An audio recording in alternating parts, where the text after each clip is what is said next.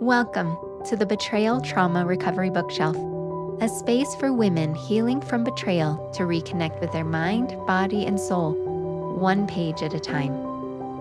I'm Rachel Strong-Smith, a betrayal trauma coach who's walked this path myself.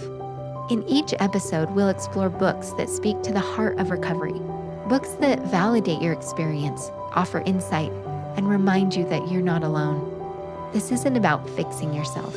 It's about coming home to yourself. So, whether you're in the thick of survival or finding your way back to solid ground, pull up a chair. You're in the right place. Hi, welcome back to the Betrayal Trauma Recovery Bookshelf. Today, we are so lucky to have Dan Drake here. Hi, Dan. How's it going? It's good to see you. Yeah, we're so glad that you're here. We are going to be talking about disclosures, a big topic. Yep. We could spend forever talking about this, Rachel. We could go on a Yes, while. I know. Dan is the co-author of Full Disclosure Workbooks. There are multiple volumes, multiple ways. We'll get into a little bit more of that, but I want to tell you a little bit about Dan. Dan Drake is a licensed clinician, and he's the founder and clinical director of Banyan Therapy Group in Los Angeles, California. He is a certified sex addiction therapist supervisor, a certified clinical partner specialist supervisor, and a certified clinical disclosure guide mentor.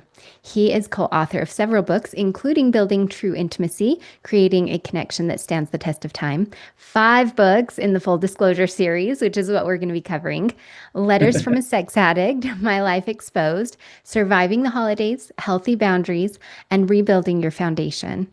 Dan is a husband and father to 2 amazing kids and 2 fur babies. In his passion to help sex addicts, their partners, and families restore relational, mental, emotional, physical, and spiritual wholeness to their lives, Dan strives to provide a safe environment where his clients can grow and heal. Well, welcome, Dan.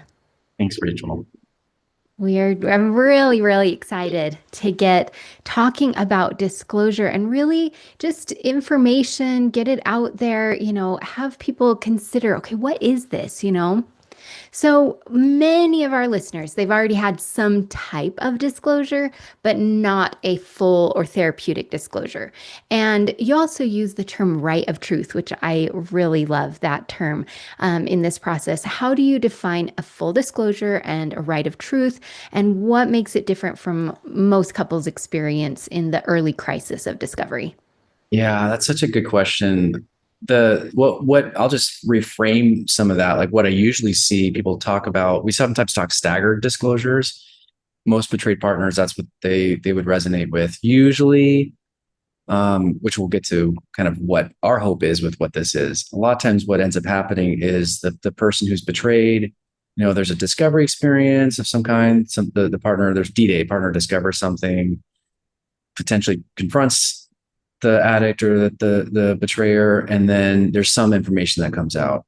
But that's usually, I don't know if your experience has ever been full and complete, everything, every single piece of information that was needed, not too much, not too little.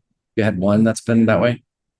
Not in any of my clients that I've Yeah, seen. it's not typical because Yeah. because sometimes in that moment the person may not have full awareness of what they've done, or they're minimizing stuff, or they're not sharing the whole truth. So unfortunately, what often happens is there's a staggered disclosure. Some piece of information comes out, and then more comes out later, more comes out later. So Janice Caldwell and I reframe that from disclosure. We call those confessions. Those aren't disclosures. Those are staggered confessions. And I think we like to, because that doesn't, it's usually self-protective of the person disclosing. What we're trying to advocate for is a one-time, well-planned, well thought out, carefully constructed process that honors what the betrayed partner needs. We give as much choice to the partner as possible because that's what was taken from the partner as choice.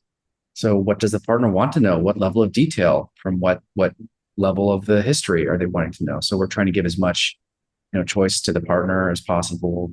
Where we're doing this, that's what we call the right of truth. It's done in a context that's safe and secure for both people, where the person writes a written document. Typically, that's the way we tend to advocate.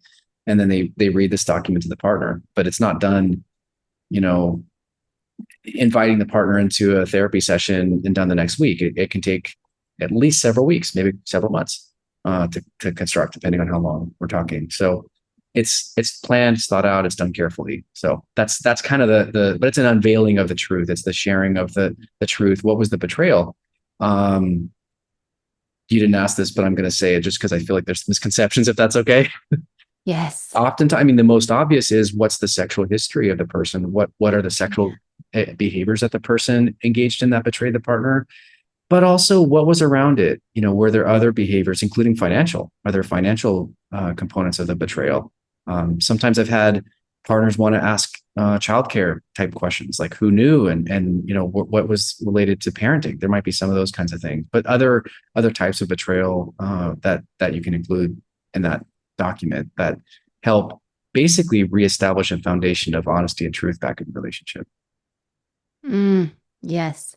I really like what you're saying. The difference is actually it's a confession in the beginning, Yeah, and that this is really full disclosure, well thought out, right of truth. This is where you're bringing the truth that really the partner always should have had right, and bringing it to light.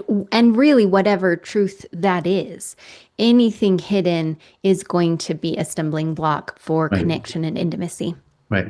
Yep, Yeah. absolutely. Which you talk about the pyramid of intimacy in the workbooks. So, truth, safety, trust, vulnerability, and intimacy. So, why does truth need to come first? And how does that well facilitated disclosure support? Well, it supports rebuilding that safety and a pathway towards authentic intimacy. Well, that's a lot. You just said it, authentic intimacy. You tell me. This has actually been something, and I've been thinking about this. I mean, it may sound obvious, but I've been thinking about this a lot more recently. And I've actually asked people legitimately, if you can tell me a roadmap towards building authentic intimacy that doesn't involve a foundation of truth and honesty, if you can tell me how we do that, I would love to know. I'd actually really love to know how someone's done that. I don't think you can do it. And I think many of us take that for, I'll say, I think I would have taken this for granted in a relationship. I think we take honesty for granted, that the person I'm getting to know, or that I'm partnering with, or that I'm marrying is doing the things that they say they're doing, that they are who they say they are.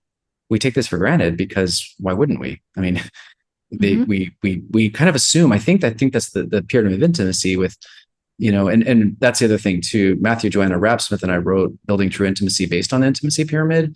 We've, with disclosure, I think we rebuild a foundation of truth. I think there, but that's based on honesty. So the honesty is the action that I take.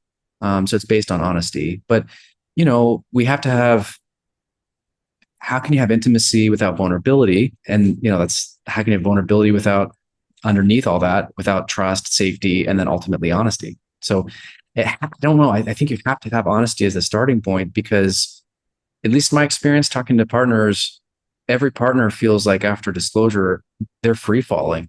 They don't know what's true, what's not. They start questioning everything. Was this real? Was this not? What can I salvage? Is it all? Who are you? Who am I? Who were we? Like, what's real?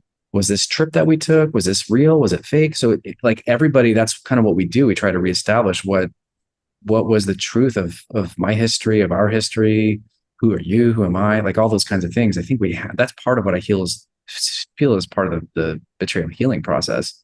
So Mm-hmm. disclosure establishes, you know, it doesn't fix everything. And I have to say that I mean, I think every Um, partner knows this. Not every betrayer knows this, or most don't, right? They think, okay, it's a big deal, but I'm going to go through disclosure. Whew, and now we're going to go, she's going to finally, you know, she's going to get off my case, and we'll go back to the way things were finally. Well, that's not how it works. no. We just, if we think of it, you know, think of a building metaphor. Disclosure to me is like, we, we just we just like, you know, cleared out the old rubble of what wasn't working. This is rubble, it's destroyed. We may have Mhm. started to build a new foundation. We have a foundation we can start from, so we're not free falling. The new house and the new structure isn't built yet. We haven't even started that. We've just got a foundation to start from. So to me, it builds a foundation of truth, not lies. And that's a strong foundation you can build from. That's not just on sand, it's on solid rock. That's the thing we're building from. So I don't know. That's the starting Hmm. place. We have to have it. I don't see how you could do rebuilding without it. Yeah. Yeah. Like you say, that is foundational. And you don't skip truth straight to intimacy. If you You don't do, go, I've seen. Oh, sorry to interrupt you. Go ahead. oh no, I no, was go just saying, ahead. like I've seen people want to in some ways, and I've seen people. Okay, we did disclosure. Let's skip some of the other phases. You could try, but then I think you're going to get where I've seen it get tricky is especially if in vulnerability because you can't have intimacy without vulnerability. And when we were writing this book, for the intimacy, the building true intimacy book, I wrote the vulnerability chapter, and I was looking, okay, what's a definition of vulnerability? And the definition that I found is a Merriam-Webster was something like susceptibility to attack. That's vulnerability. Which is true. It's a military Just true. definition, but that's true. Mhm. That is it. But the beauty of vulnerability is I'm opening myself up. There's a potential for attack, but I have a foundation that I trust this person that I'm opening up to. It's safe. They're safe again, and I trust who that they're portraying themselves, and that can there's a level of a foundational honesty and safety and trust that we have. Okay, now I can open myself. So if we try to skip to intimacy, it's not safe. It's threatening. Mm-mm. It's dangerous. Yes, it is. And to not have that safety and trust, because just having the truth does not immediately equal safety and trust.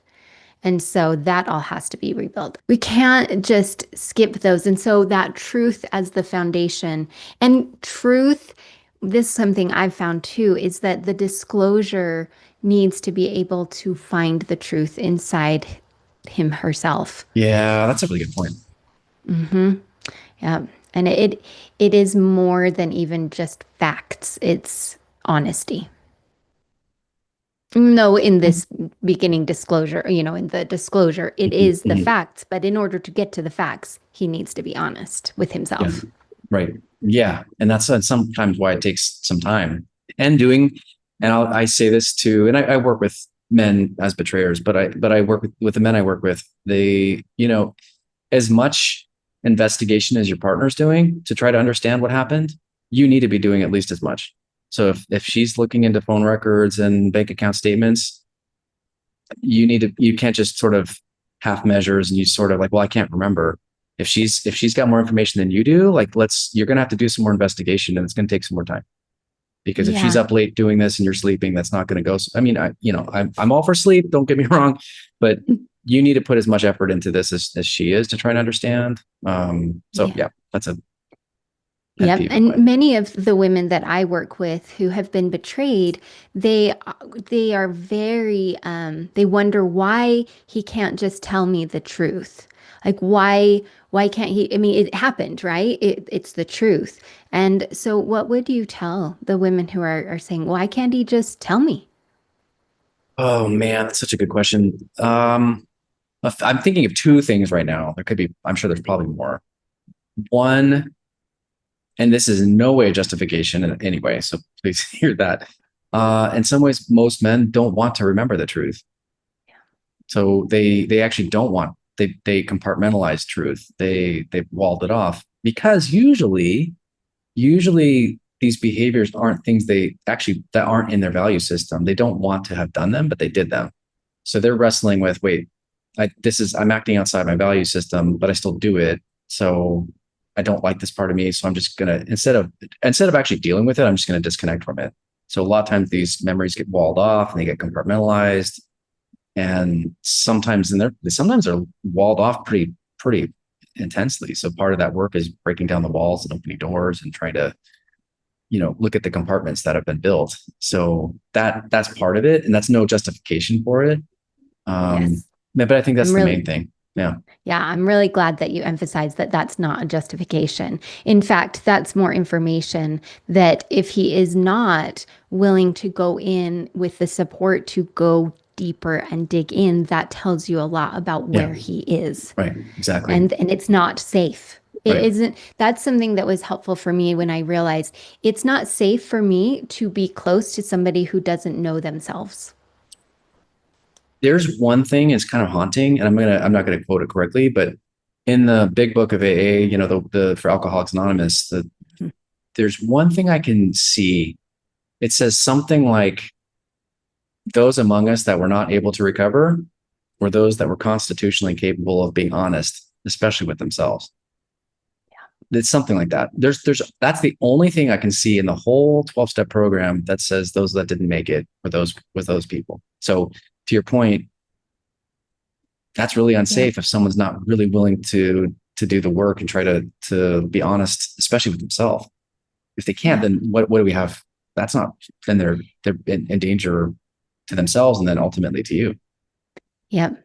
And that is where that foundation of truth, why that's so important. If we don't have that, we don't have the other ones, even though we want them. Right. We want trust and safety and vulnerability and intimacy, but without that foundation, and I loved what you said earlier that, we take for granted that, oh, of course they would be honest. That's definitely where I was as a betrayed partner. Why would someone lie Right. about their life experience and what they're doing, even if it's something they're doing wrong outside of their values? I figured, well, you'd be honest, right? Right. And so that was very confusing to me. But then once I realized, oh, I had given positional trust to my husband, and really it hadn't been earned. And I finally realized how much he hadn't been honest. And that's when I was like, oh, no, you'll never get positional trust. No one gets positional trust from me Yeah. anymore. It Right. is now earned slowly.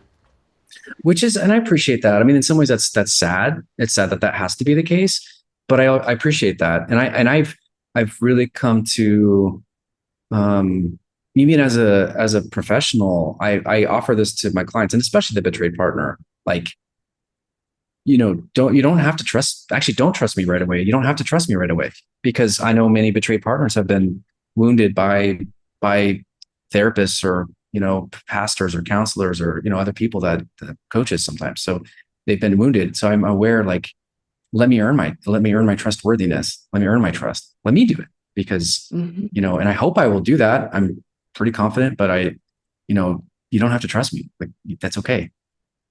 Yeah.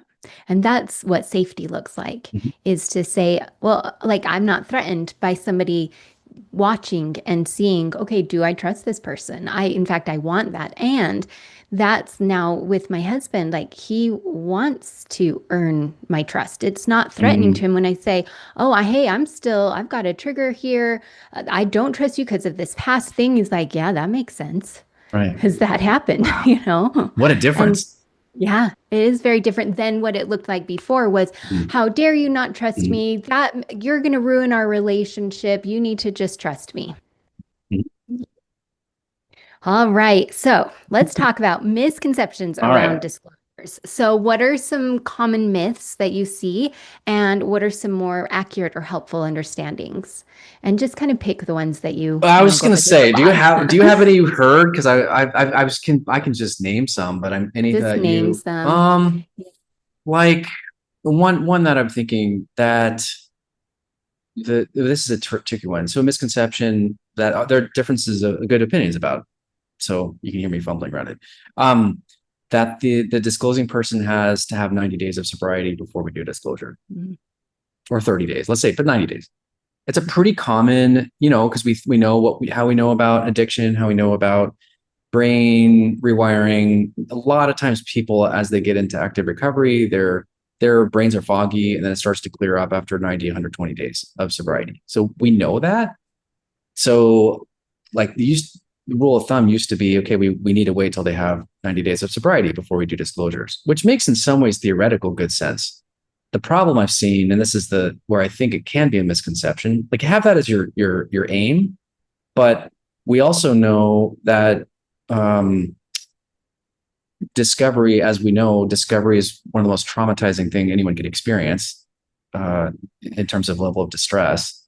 And we know disclosure can be difficult and painful, but the wait time between discovery and disclosure is also excruciating for the betrayed partner. So how long are we going to wait for this 90-day period of time? And I've had situations where people have a hard and fast rule. We have to wait 90 days. And then lo and behold, the disclosing person gets, 80 days or 82 days or something. Now we reset the clock and we start over again. Like that feels now what are we doing? Yeah. And so it's something that theoretically makes good sense. Now we force the partner to wait another 3 months plus to do this. Like it just feels now it's actually feeling, is this actually helping the situation? Mhm. So I think giving informed choice to the betrayed partner, that if that's what I would want to do, if we there's a chance. Here's the trade-off. So if we can wait longer, great, because that might give their brain more time to get clarity. That's good. If the partner wants to wait, okay. But if the partner doesn't want to wait, no problem. I understand it. What may end up happening there as the addict kind of fog lifts, there may be more things that they remember from the past. That's possible. So how do we Mhm. just have to have protocols for what we do if there's memories from the past that surface after disclosure that don't kind of re-trigger the partner. So I don't think I think any of this stuff, when you have a hard and fast rule, you have to do it this way. That's when I'm like, I can probably make a case for where there are exceptions to the rules and why. So again, I think Mm. giving as much informed choice to the partner as possible. So that's just one, but yeah, there's a Yeah. ton of others we could talk through. I know, because and I really appreciate that informed consent. That is, and giving the choice to the partner who has been betrayed, because that's when it's okay. Here's what's happening. Here's the pros and cons, and really, she knows in her body what she needs, and that's with her getting her support. Which there's another misconception that the betrayed partner doesn't need support. Oh, thank you. Yeah, I Mm, actually, and this may sound extreme, I don't personally do a disclosure if the betrayed partner doesn't have support. yeah. I've just chosen that as the way. If you want to work with me, that's something, because not that in any way they caused the damage or the rupture. No way that they didn't cause it. But this is something this is something that's specialized, and we need to get support for the partner, at the very least, because I want to give him as much choice to the partner. You don't want someone like me trying to make decisions for the partner on the partner's behalf without even knowing the partner. And that's what I'd have to do. So, for example, one thing, um, are we sharing the full sexual history or only since the relationship started? If I don't, I that is literally in the partner needs assessment. And if the partner's getting kind of preparing that and working with somebody, I'll know that if I'm working with the person disclosing, I'll have that clarity. So we're working on that. If I don't know, I'm going to assume the whole history, but maybe I don't know, and I'm just going to have to make decisions. So I want the partner to get support or vetting questions. What kinds of questions? Questions are really big. I want you to have answered as many questions as you need, but it's the need. How much? What's the real question? Sometimes there's questions underneath questions. There's want to know versus need to know. There's a lot of stuff that takes specialized care to really get to what are you really needing from this, and also what your expectations are realistic. What is realistic from this? Would I love for every disclosure to be a ninth step where the person is fully sharing the whole truth, and they're loving, compassionate, empathetic, and they're supportive and they're remorseful? 1,000,000%. I would love that. That's not often what happens, Yeah. especially if we're doing them earlier. Sometimes the person may still be defensive or still have shame that we're doing it early, and they may not fully understand even why they did what they did. But the partner needs a foundation of truth to build from. So we do it. So I think knowing what's realistic to expect from this can also help. And that helps with support. So yeah, I Yeah. think you're right. That's a big, another one too. Can I just say another misconception? Is that Yes. okay? I think it's for especially for the addict, two ones actually. One is if it, and I hear this a lot. Well, she already knows everything, so why do I need to do a disclosure? And I hear this from the partner too. Well, he told me. I Yeah. think he told me everything. Do you have an answer for that? You I want to hear want to hear yours. Let's mine? hear it.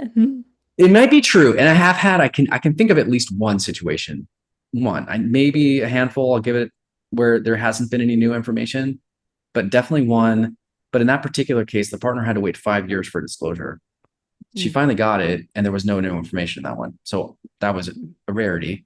But I it's not been my experience that not there's new information that comes out, or at the very least, it wasn't forced by the partner out of the addict. It was something. What you're going to get differently in the right of truth is the betrayer is actually sitting with their history, their timeline. They're really reflecting on it. They're trying to give the whole truth that the partner needs, not more, not less. They're not justifying, minimize, rationalizing, defending, blame shifting. They're trying to take responsibility for their actions. They're actively responding to partner questions, hopefully with humility and not defensiveness. I mean, that usually doesn't happen unless it's kind of carefully protected and guided. So Hmm. I rarely, if ever, have had more. And maybe what the addict usually thinks in that case is that there's no big bombs. I've told her the big categories of behaviors, but that's not always what is going to trigger the partner. It's, oh, you know what? You didn't tell me, you told me this piece of the truth, but it was actually this. You lied to me about this piece, or I didn't realize that this was this time, and that was when I blah blah blah. There's all these things the partner puts together during disclosure that helps to kind of orient them to their own truth and their own history. So Yeah. it's usually not the case. But Yeah. there's another one. Can I just say it real quick? Do we have time? Yes. Oh Okay. yeah, we're doing great. On the betrayer side, they often think, and they'll sometimes use 9-step terms like, Mm. if I share the whole truth, it will damage my partner, it will hurt her, it will destroy the relationship. It's the truth that's going to kill the relationship. There's no way that my partner could handle it, which is pretty common. I hear this all the time, or some version of it. And I'm sure you have something you'd say, but from the betrayed partner side, I've heard a million times some version of, it's, I can handle the truth. What I can't handle is deception and continued lies. I hear some version of that. And that's played out a lot of different ways. Partners can handle, I mean, it's tough. It's painful and it's traumatizing Hmm. potentially, but partners can handle the truth. But when you lie or you minimize or you deceive and you keep lying, that's where this stuff it does have an impact. So Yeah. generally, usually and it just name it what it is. It's terrifying to share your whole truth and you don't know what your partner's going to do with it. But it's really about Mhm. self-protection. It's not about, sometimes they'll be like, oh, it's too much. I don't want to hurt my partner. And they'll try to frame it like it's for, I'm thinking of my partner. It's usually, I'm thinking of myself and I'm really scared. And that's okay. But usually it's not the truth that kills the relationship, it's deception. Yeah. Yep. Because in that deception, then my choice is taken Yeah. away. Right. And I deserve the right to make my choice. So Right. even if it is that I choose to leave the relationship based on this truth of information, that's my choice to make. That's not anybody else's choice to make for me. And I think even on that, like, do I want to be in a relationship? Because I think sometimes people, the betrayer is like, well, she may leave me, and if I don't tell her, she'll stay. And then you have to think, do you want, at some level, she's only staying with a curated version of yourself, not the real you. And at some Yeah. point, you're going to feel like, does she really love me? Does she really? Because she doesn't really know you. So Yeah. you haven't even given her the opportunity. She's not That is, staying. You haven't even given her the opportunity to even choose you because you haven't given yourself to her. So yes, it's possible. It's a possibility. We have to say it. It's a possibility. mhm. It may be too much, but you never give the possibility of her actually staying, truly staying with you and knowing you unless you share. Yes. Oh, that I really like how you said that because that is absolutely it. And really the person who is deceiving always somewhere knows Yeah. that she's just staying because I'm tricking her or there's fear or there's whatever, right? Whatever management system She is doesn't happening. really love me because she doesn't She really does. know me. Yeah. And that is the truth. And there's where vulnerability comes in Hmm. before intimacy. And Right. truth has to come in that. Right. And there we are, back to the pyramid. Thanks for joining me today on the Betrayal Trauma Recovery Bookshelf. If something from this episode spoke to you, share it with a friend or come connect with me online. You can find me on Instagram and Facebook at Rachel Strong Smith. And if you want to go deeper, sign up for my email newsletter, where I share grounded support, personal insights, and practical tools to help you reconnect with yourself. Remember, healing isn't a straight line, it's a spiral, and every step towards yourself matters. So, until next time, take gentle care.